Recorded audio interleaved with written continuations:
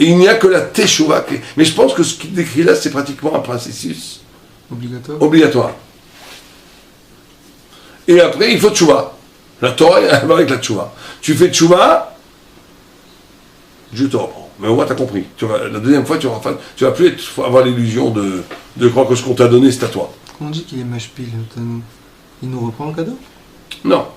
C'est ça qui reprend le cadeau. C'est qu'il est mashpil, que toutes tes références. Toi, tu ne peux plus utiliser ce pouvoir. Ça ne marche plus. Parce que, et c'est, bon, il y en a qui expliquent même que c'est pas juste une punition divine qui vient d'au-delà. C'est que c'est un système, comme la Torah, comme il le dit après. En trahissant la Torah, en l'instrumentalisant comme système de pouvoir, ce qui était bénédiction devient malédiction. Par définition. Parce que tu utilises mal, tu dénatures, tu profanes ce qui t'a été donné. Alors il dit, donc, et donc cette notion de FK, alors là, est très, très fondamentale. C'est qu'il te dit après qu'il y a une notion de FK, ça veut dire une notion que la Torah, comme elle vient du monde Elion, elle vient d'en haut, elle n'a pas de priorité, de propriété. Ça veut dire quoi ça? Ça veut dire quoi? Plutôt dans l'universalité, enfin plus que l'universalité. Ouais. Elle dépasse justement l'entendement qu'on peut avoir. C'est l'intègre tout. Donc nous, dans notre petitesse, on ne peut pas atteindre cette généralisation. Ouais, c'est vrai. Mais cette notion d'FK, elle va très loin, parce qu'en réalité, c'est presque une grosse couchère pour tout ce qui se passe aujourd'hui. C'est-à-dire que tout ce qui se passe actuellement, la notion des chitotes, la notion des écoles, la notion de... c'est très problématique. Parce que la Torah n'appartient pas à une chita. Il n'y a pas de propriété. La Torah, elle vient du Rodam Elion.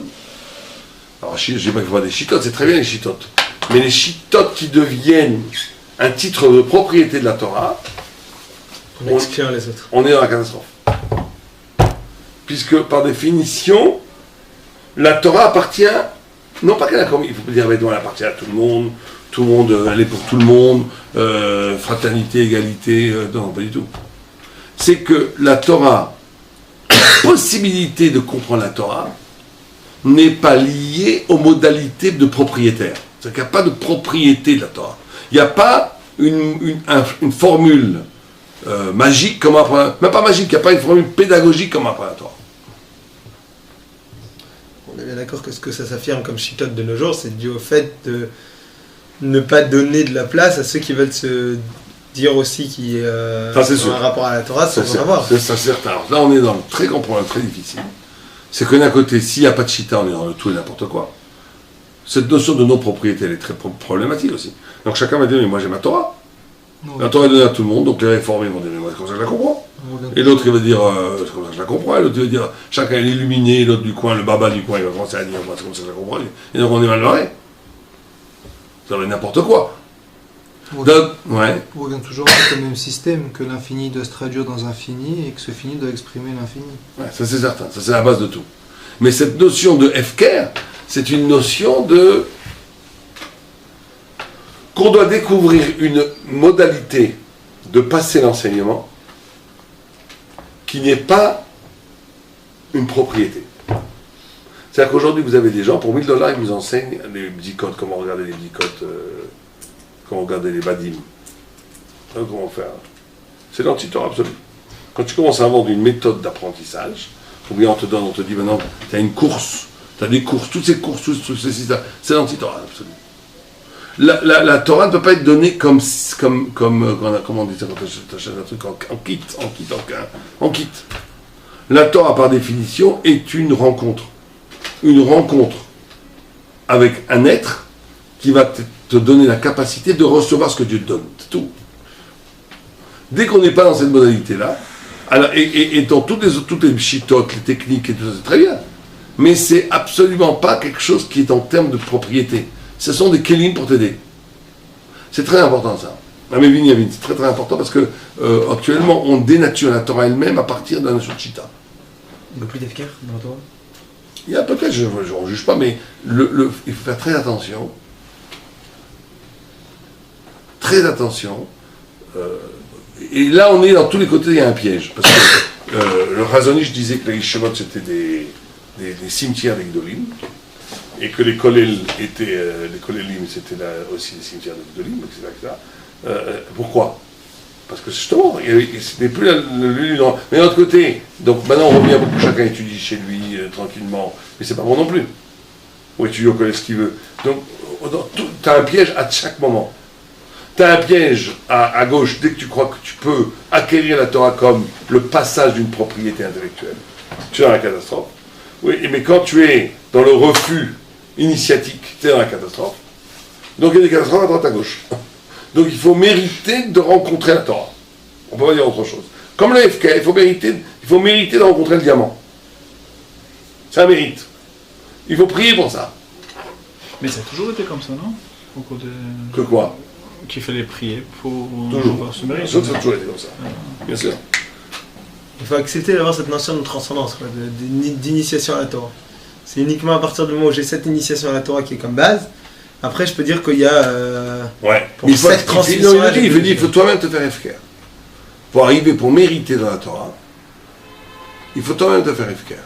C'est-à-dire que tu ne cherches pas à la Torah comment te bâtir et t'affirmer et devenir propriétaire, mais comment tu es un être qui erre dans le monde à la recherche de Dieu. Donc à ce moment-là, par définition, tu vas trouver l'endroit qui te convient. Parce que tes choix vont plus être dictés par autre chose que le désir de Dieu. Donc, à un moment donné, dès que ça va te faire clink, que tu vas rencontrer la Shrina, tu vas rester. Pour ça qu'on dit aussi qu'il ne faut pas programmer son étude. Ce qui est très compliqué, parce qu'aujourd'hui, tous les collègues programment. Mais il y a écrit un Gemara qu'il ne faut pas programmer. La Gemara dit que c'est un rachat, celui qui programme sur je vais étudier ça en 1 mois, 2 mois, 3 mois, 6 mois, c'est bizarre. Mais ça vient de là. Non, ça c'est autre chose, c'est pas un programme combien tu vas étudier en 1 an, en 6 mois et tout ça. Bon, alors ça, il y a des gens qui ont des acronymes qui ont écrit qu'il ne faut pas comprendre vraiment la lettre, parce que c'est quand même très problématique. Mais toute cette idée, si tu préfères, de la... On est ici du Olam Haïlion. On est encore le problème de l'infini et du fini, mais on est ici dans une modalité qui ne peut pas épouser les modalités de transmission du savoir, qui épouse les modèles économiques de propriété. Parce que si on est là-dedans, on est à côté de la Torah. Mais pour arriver à ce modèle, il faut bien des gens qui peuvent passer par des chitotes, par des kitsurim, par des manuels. C'est très possible qu'on doive le passer, parce que entre ça et rien, peut-être qu'il faut le faire. Mais il faut savoir que tant qu'on est là-dedans, on n'est pas à la Torah. Au moins le savoir.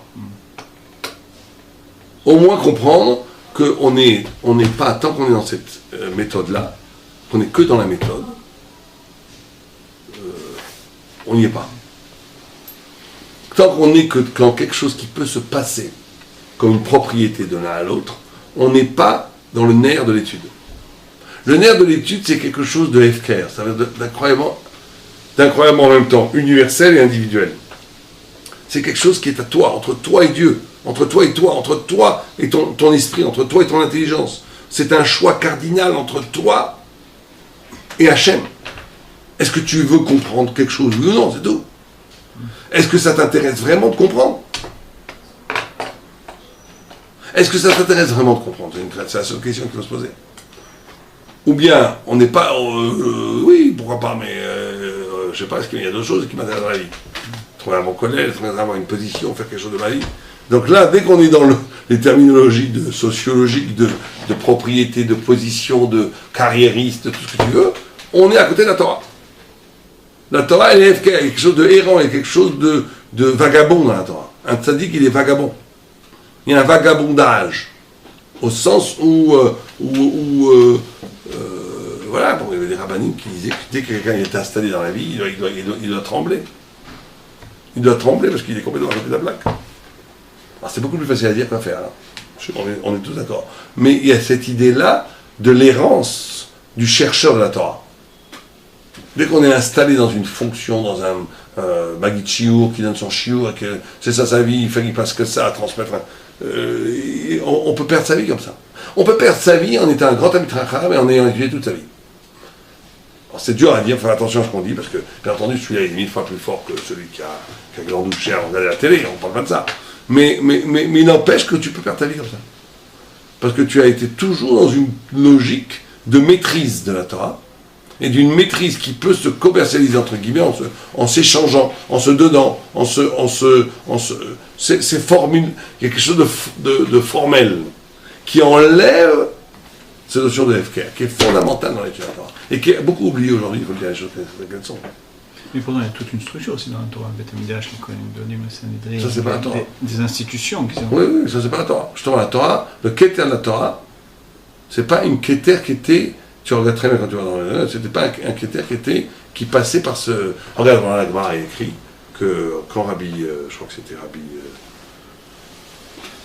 Oui, c'était Rav Kana, non, qui est monté, et Rabbi Yochanan donnait le... alors chacun avait sa place. Mais à un moment donné, quand il était plus fort, Rabbi Yochanan, il prend la place. Tu verrais ça aujourd'hui, en chiot, que Rosh Hashiva, il dit, bon, prends mon frac. Bah oui, c'est ça, à l'époque, ça n'a pas l'air des choses exceptionnelles. La Gemara, elle dit pas que c'était exceptionnel, hein. Donc on a l'impression que c'était comme ça. Rabbi Anassi, à un moment, il dit, je serais prêt à faire tout, sauf ce que Bnei Betera, ils ont fait, de donner la place à Anassi. Oui, il a dit, le kavod. Mais ça parle de problème du kavod, ouais. Bien qu'il était le Hanav chez Banavim. Ouais, c'est vrai. Bon, en tous les cas, on va s'arrêter là. Dommage qu'on n'a pas fini le Pérec chez lui, mais on finira si Dieu veut. Le Pérec. La semaine prochaine. Pas tout.